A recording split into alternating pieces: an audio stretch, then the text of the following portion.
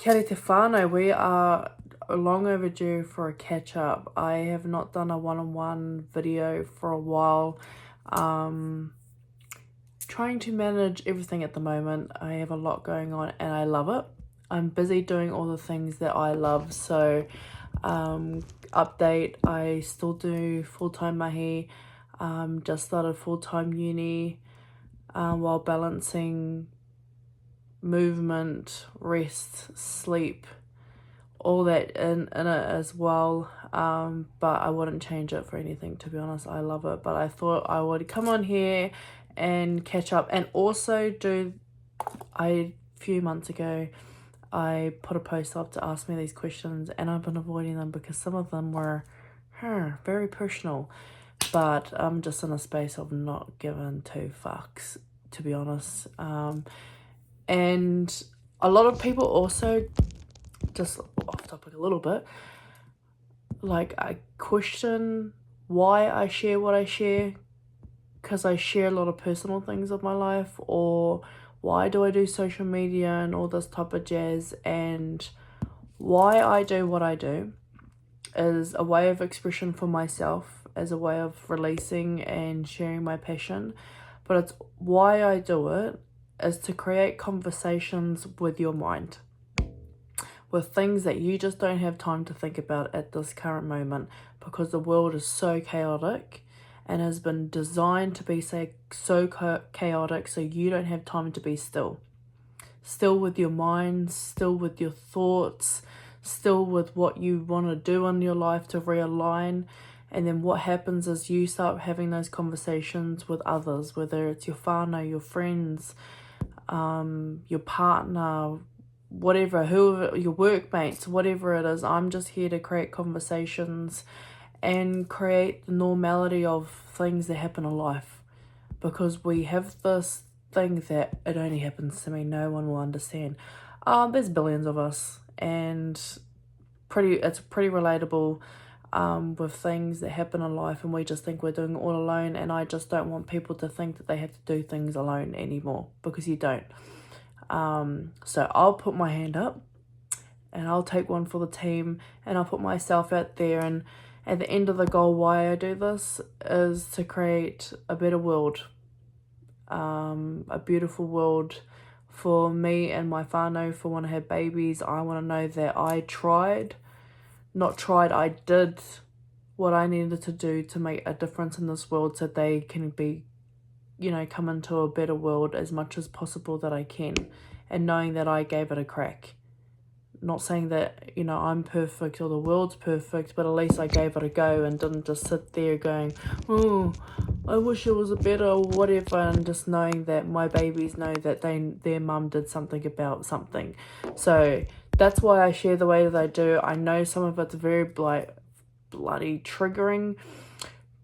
The way that I share it has two ways. It triggers people where they get annoyed with me and they don't like what I say, or it triggers them enough to do something about their life and it transforms them. And a lot of people don't publicly, they're a bit of like silent watchers, I like to say. But I know I've inspired people. I can see the change, and that's everything to me, to be honest, because that's all I want, whether it's one person, two or three.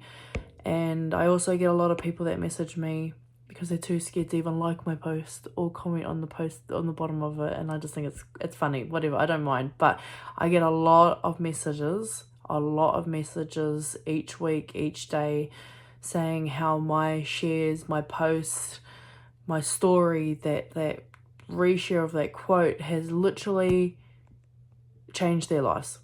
Like, I've literally had messages from multiple people saying that my post has changed their life because they've never reflected or looked at something that way.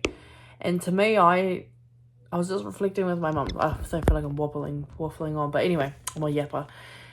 Sharing to mum that I just can't believe that people don't see the world like this, because my whole life I've basically seen the world like this. And as time has gone on, I've gotten more mature by learning lessons, but most of my life I've been growing up to communicate this way and I just think it's normal. So when I get into other people's worlds, I'm just like, oh, okay, right, so this is like a rare thing to think like this. So anyway, I'm yapping on. So I thought I would answer these questions. There's a few, but we'll just go with it, and then also share what comes up along the way with these questions, updates about my life, because a lot has happened in a very short amount of time just for this year. And yeah, anyway, let's go for it. So the first question is, what is your biggest regret?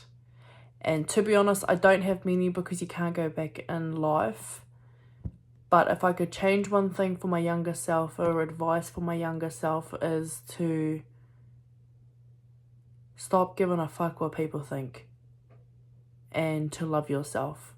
Because once I figured out that loving yourself is the key answer to everything, and it changes your world to everything, my whole life changed. And that's like one regret as a younger child, as a younger teen, as a younger woman, because I've only just sussed it out, like still sussing it out, I'm still figuring it out. But loving myself was the one advice that I wish I had as a younger child, to like,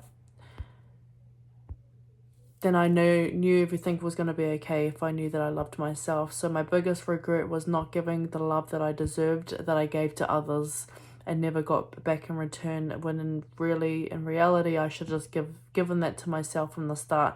Even if I didn't get it from whānau, I didn't get it from my friends, I didn't get it from partners, as long as I took care of myself and loved myself, then everything else is okay, and then everything else is a bonus, and then I can be an inspiration, or just be me and exist and be a role model for others to be that as well, just to be them and be happy in that. So that's my biggest regret.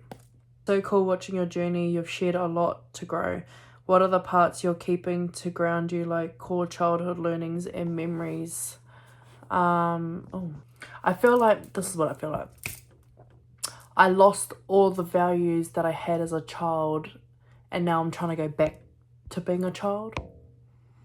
And I'm trying to shed being an adult and getting rid of that, because we're just 8-year-olds, 7-year-olds, 4-year-olds, whatever it is, stuck in an adult body with responsibilities of children, money, bills, blah, blah, blah, so on, so on. So what I'm doing is I'm literally just going back to being a kid all over again, and what that looks like in life, with a person who has responsibilities of money and that. So I'm just having fun.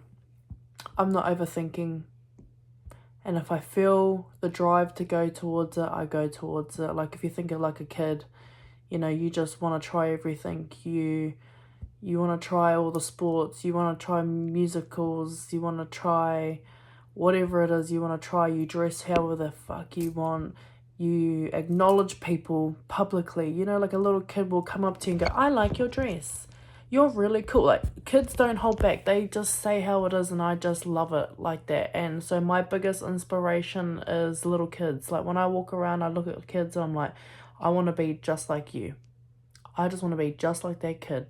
Like, as an adult, I'm saying that. I just want to be like that little kid. Like, and I just love that their perspective on life. So my learnings is to be a kid and remember what I was like when I was a kid, which was confident as fuck. Didn't give a F. I just said what I wanted to say. I dressed how I wanted to dress. I went for things. I went for anything. I was a little chubby kid going for like athletics.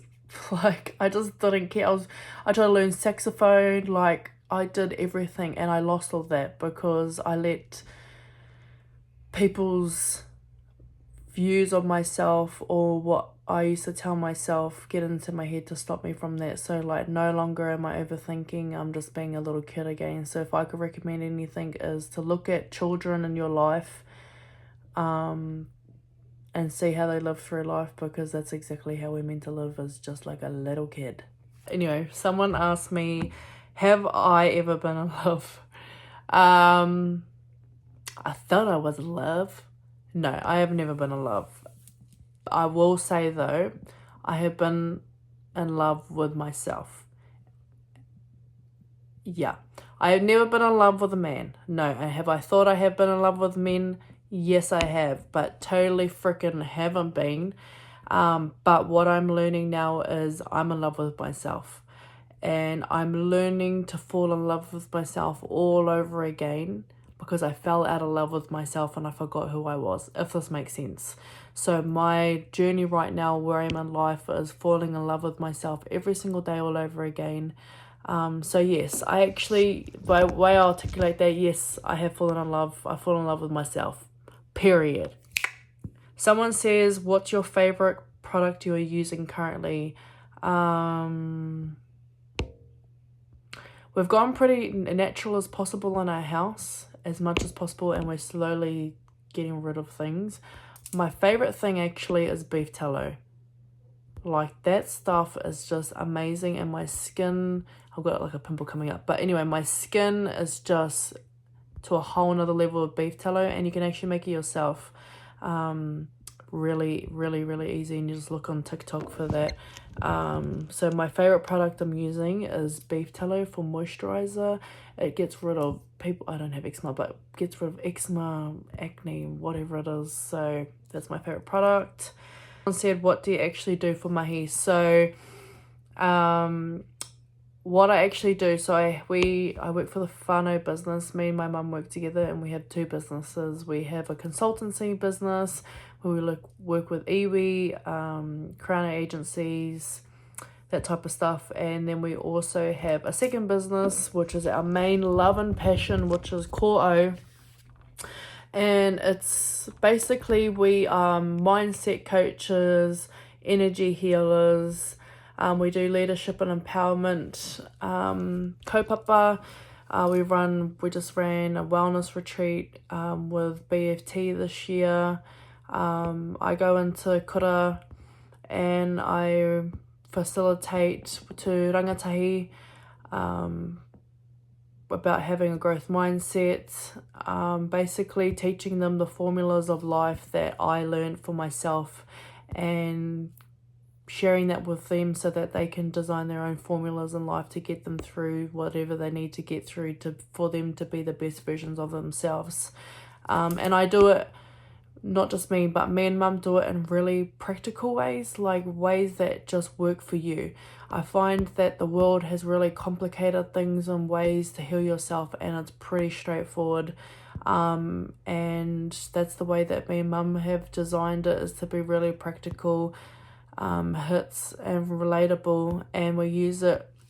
Our whole mahi is grounded in mātauranga Māori, and we use the Māori cosmology story as our basis of what we use off. So we use te kore te pō te ao marama for Ko'o, and that's how we educate people through that, and we love it. It is our passion. It's us. We live and breathe it. We make sure that whatever we teach to others, we preach in our own lives. And we've done a lot of background work to make sure that we are the best of the best for others, because nothing worse than when people are trying to teach you stuff that they just don't do in their own life. It's like, no, I'm not trying to be ratchet, but it's like you go to a gym and all the coaches are fat. Like, let's be honest, you're not going to listen to them because they can't even do what they're teaching you in their own life. So I don't like to be full of shit. I'm very ashamed. I don't like to be full of shit, and kids can smell bullshit. And for my mahi to be effective, I need to make sure that I'm not full of shit. So I make sure that I practice and I wānanga on myself consistently every day to make sure that I'm the best version of myself for these kids, for whoever I coach, because I also do not just kids, I also do adults as well. So yeah, that's my mahi that we do, me and mum, and we love doing it together. And it's our life, it's our passion. So yeah, that's my mahi. Hopefully I explained that properly. Someone said, what's your whakapapa? So on my mum's side, I'm from the Waikato, Patipo, Raukawa and Tūhoe. And on my dad's side is Tauranga Moana, and I'm only just reconnecting with my dad's side, because my whole life, not my whole life, but for basically 19 years of my life,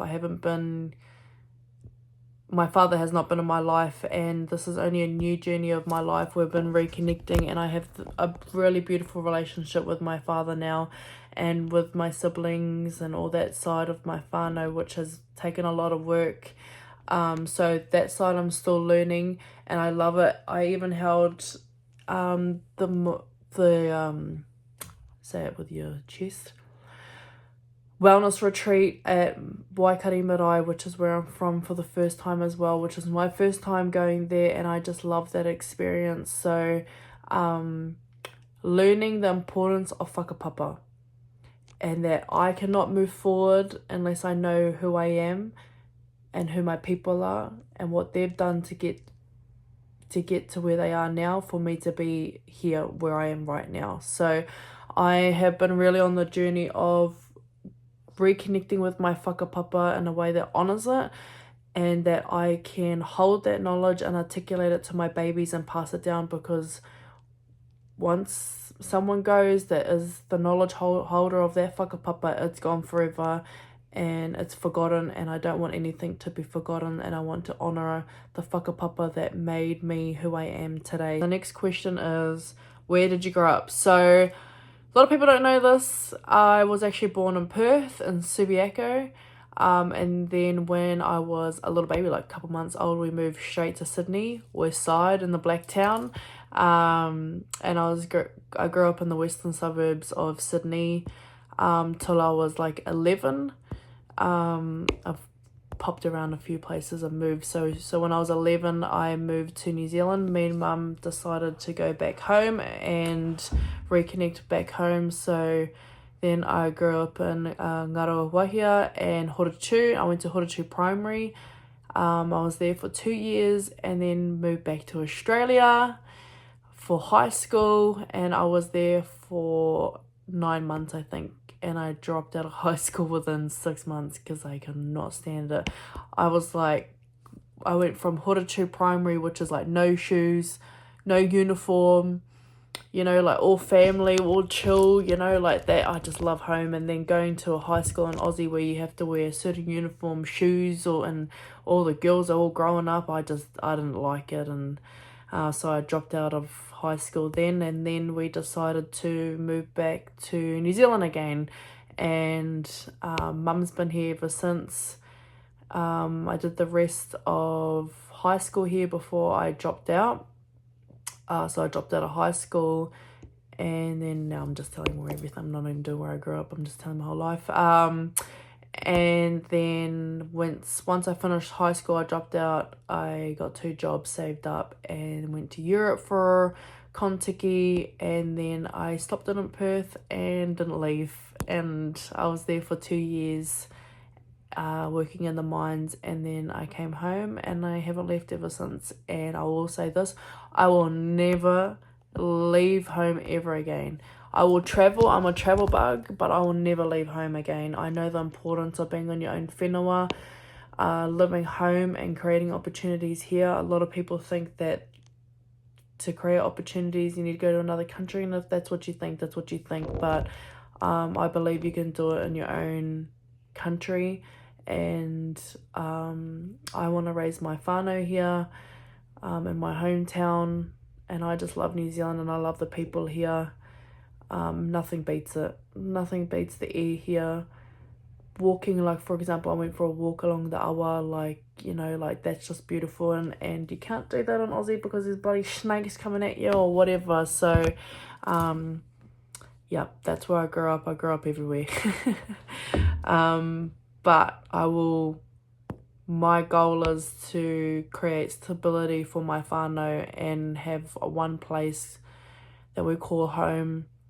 Not moving around everywhere, but traveling and exploring the world and getting life experiences through travel. So yeah, I've lived in a lot of houses, I've moved a lot as a kid, but I wouldn't change anything because it's created who I am right now. I've met a lot of people.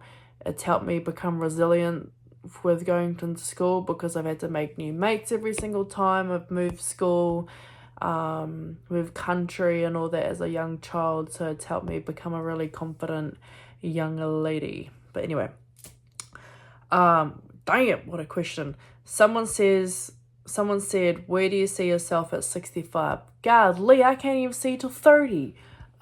65. Well, I definitely 65. Holy heck, I've never even thought that far. 65. Well, I have mokos. I have a thriving whānau. I'll be thriving and have a thriving whānau on my thriving land with my farm, my whole heap of kids and mokos everywhere. Thriving, living and thriving, and I'll be fit and I'll look exactly the same way I am right now. That's what I'll do. That's where I'm going to be at 65, thriving. Oh my god. This question. What's your type? That's so funny. I was just talking to my cousin yesterday about this. I wrote, so what I like to do is I like to do manifestation. We all actually do it, but I like to be intentional with it. So what I did is I wrote in my notes, my mans, and I don't talk future, I don't talk past, I talk now because there's only now. So in my notes I wrote exactly what I want in detail, and I manifest it every single day to the universe to attract to me. And I'm like, do I read it to use? Yep, or whatever, I'll do it. So I'll actually read what my type is, and I wrote it in extreme detail. So if my mans is watching this, this is to you. So I can't believe I'm going to share this, but whatever. My mans is deeply in love with himself, creating his own happiness and taking pride in who he is. He dreams of building a beautiful family, living off the land, staying deeply connected to his Māori culture. He's tall and makes me feel safe, and is loyal and intentional in everything he does. He takes full responsibility for his past to ensure it doesn't impact our children, and is driven to become the best version of himself, not for money, but for the energy that he brings to life. Whatever he says, he follows through. There's no lying, just honesty and integrity. He's funny with humour that makes me laugh until my stomach hurts, and he's always up for being silly and playful. He never stops living, dreaming or loving. He's curious about life, always asking questions, trying new things, and turning the simplest moments into fun adventures. He falls in love with me in new ways every day and shares my practices for life. He values his health, mind, loves to read, and cherishes both the little and big moments. He surprises me with thoughtful gestures, not for material reasons, but because he thinks of me. He reminds me every day that I'm the love of his life. He's old school, confident, unapologetic, and persistent. He communicates clearly, understands deeply, and never looks for greener grass. He waters his own. He's a true whānau man, holding his family close, protecting our children, and ensuring that they're surrounded by the best influences. He travels with an open mind, finds joy in every moment, and shows our kids, what a true man is. He's resourceful, handy, loves my family as if it's his own. He's present with me, free from distractions, valuing connection over devices. He's not afraid to speak up, take action, or hold me accountable when I'm not holding up my end, because love is about growth and partnership. He's aware of energy, people, and the environment, understanding it deeply, and navigating it with intention. This is the last bit. I know it's very long, but this is how detailed I am. Anyway, together we stop being curious about... restart that one. Together we never stop being curious about each other or our lives we build. He has a positive mindset, always seeing the potential and wins in life. He approaches everything with love. I'm getting tired. He approaches everything with love, excitement. He understands we're both temples, sacred and deserving of care. He knows that I am him and he is me, and we are one. He protects our energy fiercely, ensuring no one else drains it, diminishes it. He's a deeply spiritual man, connected to something greater than himself. He brings that grounding and wisdom into our lives. We live simply guided by feelings, not time, no secrets, just pure judgment-free love, laughter, curiosity, and unity. So that's what I wrote down. And for me, the universe has been pretty close. Like, I've only just wrote this. I wrote this I think it was Jan the 1st. I don't believe in the concept of time of Gregorian calendar. But anyway, on Jan the 1st, I wrote this, and I'm very open, so whatever. The universe gave it a crack. Did it fully get there? No. But it gave it a good crack, and I got to experience pretty close to that. But for me, and how the society has been conformed, shaped, as we've been made to accept the standards that are normal right now, and it ain't normal. And I will not drop my standards for what people think is normal at this moment. Because if I tolerate that, I am showing that to my baby girl, to my sons, that that's okay. And it's not even bad, you know what I mean? Like, the things that I hold my standards to, it's normal. It should be normal, and it's like old schools. Like, for example, people think getting flowers is like, that's it, that's marriage material. Oh my god, he gets me flowers. Like, that's the freaking bare minimum, bruh. Like, are you serious? Like, I want someone who's emotionally intelligent, aware, and gives life a crack. And all this, like, taking me on a date once a month is freaking bullshit. It's just like, that ain't it. And or if a man pays for you all the time and talks to you all the time, it's like, no, there's more to life than that. And we think that that's normal, and that we just, because that's rare, we just should accept that, and oh, that's marriage material, and that's the one, I'll settle for that. But I'm not settling for less. I want the top of the top, and I want to be the top of the top. So everything I wrote in that for my mans to be, I need to be that. I need to reflect that, because I need to honor the word, my word, and honor what I want him to be, and not be hypocritical. So I will not drop my standards, and I will be single until the day I get what I deserve. So getting flowers for me on Valentine's Day once a year ain't it, and I won't accept it. I want to be publicly loved.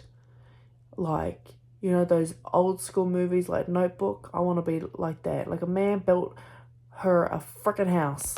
I want that, and I will get that. And the way that men and women tolerate toxic relationship isn't okay, and we need to normalize that isn't okay, and that a lot of people are going through that and feel that it isn't right, because it isn't right to be spoken to that way from men or women, to be honest. And a lot of women say they know how to communicate and manipulate men a certain way, and I do not agree with that. So that a lot of women think it's just them. Oh, I'm dealing with the man, and it's blame the man, I'm victimized myself. But actually the woman are manipulating the men, and that's not okay. So I want to stand up for men just as much as I stand up for women. Where am I moving on with this? So anyway, that's my type, and everything that I want for my type, I must be for myself. So yes. What has been the most impactful decision during your healing process from SA? So if you guys have not seen on Core, I did a video of me finding out that I was sexually assaulted as a child, and I didn't know. And how I found out was through the power of journaling. No one told me, but me journaling and clearing my mind, this memory popped up in my mind, and then I confirmed it with the people I need to confirm it with. So that's the context for that. So if you want to watch that video of me crying, being vulnerable, that's on the Core socials. but most impactful decision during choosing me, because for 25 years of my life, I never chose me. As much as I like to think I chose me, I never chose me. And I never chose me as soon as I was that little girl who chose to protect everyone else but me, to keep the secrets within me so that I could protect the people, to make sure no one got killed, hurt, put in jail, to keep families together or whatever. I chose them instead of me. And ever since, that's why I'm just in this whole world of just choosing me, because for so long I never chose me, like fully didn't choose me. And now that I've revealed or pulled this dark secret out of myself, like nothing holds me back, and I just fully authentically choose me. And was that easy? No, because for 25 years I've only ever chose everyone else. I've always done things for everyone else, showing up for people, for not for me. And it's been a process. It's been a journey to rewire my brain to choose me and love me. But that's been the most impactful, and to make sure that I honor and respect everyone else that has been impacted by this scenario, and honoring that in a real graceful, confident, intentional way, and really forgiving way as well, but really mostly forgiving myself, because I did what I did with what I knew, from what a little girl had to choose. And I just love myself for being so gangster and holding myself so gracefully for 25 years, because the shit that's happened to me in my life, I always joke about it to Mum, I should be bloody on the streets, a bloody crackhead or whatever it is, I should be effed up. But you know, not saying my life has been perfect, and things have happened to me pretty dark, but out of it, all these things, I'm okay. And that's what I want to get to people, is that yes, these things happen to you, but if you work through it, through the end, at the light, the te ao marama, you're okay, and you're going to be okay. And I've had enough evidence of being knocked down, but bringing myself up to know that I'm going to be okay. But it's just like really honouring yourself and others in the way that you do it, and choosing you at the end of the day. Someone said, I can't believe some of these questions, I think it's funny. Someone said, you single? Yes, I am single. I am single as fuck. Yeah, I don't even know how else to answer that, but yeah, I'm single fam. My dream job, what I'm doing right now, because I'm living the dream. And it's a bonus that I get paid for it. I get to help others while helping myself. So that's my dream job. Okay, so the last question is, how do we get more of our people into politics? Now, I have two ways of thinking for this, because I'm not going to articulate it in a way. Do I think more of our people need to be in the decision making and educated about it? Yes. Yes, I do. And it's been really complicated for us to understand. It's pretty simple. And I think it's having more ways of educating our people in a way that's really practical and hits and isn't so big words and hard to understand, because it's pretty straightforward for decision making. And educating them on a system that's been on purpose made complicated, and there's already resources out there, rangatahi, that are out there doing that, which I absolutely love. So it's utilising them as well, but utilising rangatahi more in the space as well, on ways to articulate it and get it out to the community with velocity. But I also think is to also not let politics, and I think government, when I'm saying this, is to not let, I'm trying to articulate this in a way, but not give so much power to the government and the decisions that we can make in our everyday lives. For example, a lot of statistics, a lot of data that they share about,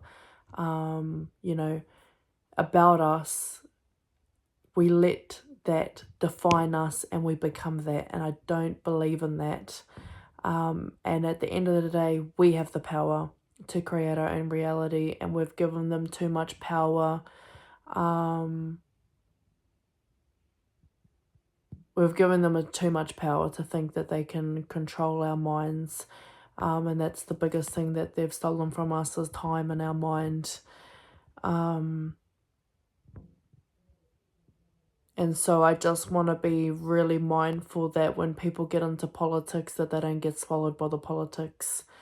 And that they're making decisions within their own lives to thrive and live, and not consistently in a world of fight and survive, because that's what they want us to do, is consistently be distracted, disrupted, and controlled, and thinking that we don't have the power, when really we do have the power to create. And it's about how can you slowly kill off their business, because they are a business, and not giving them the power as much as they think they do.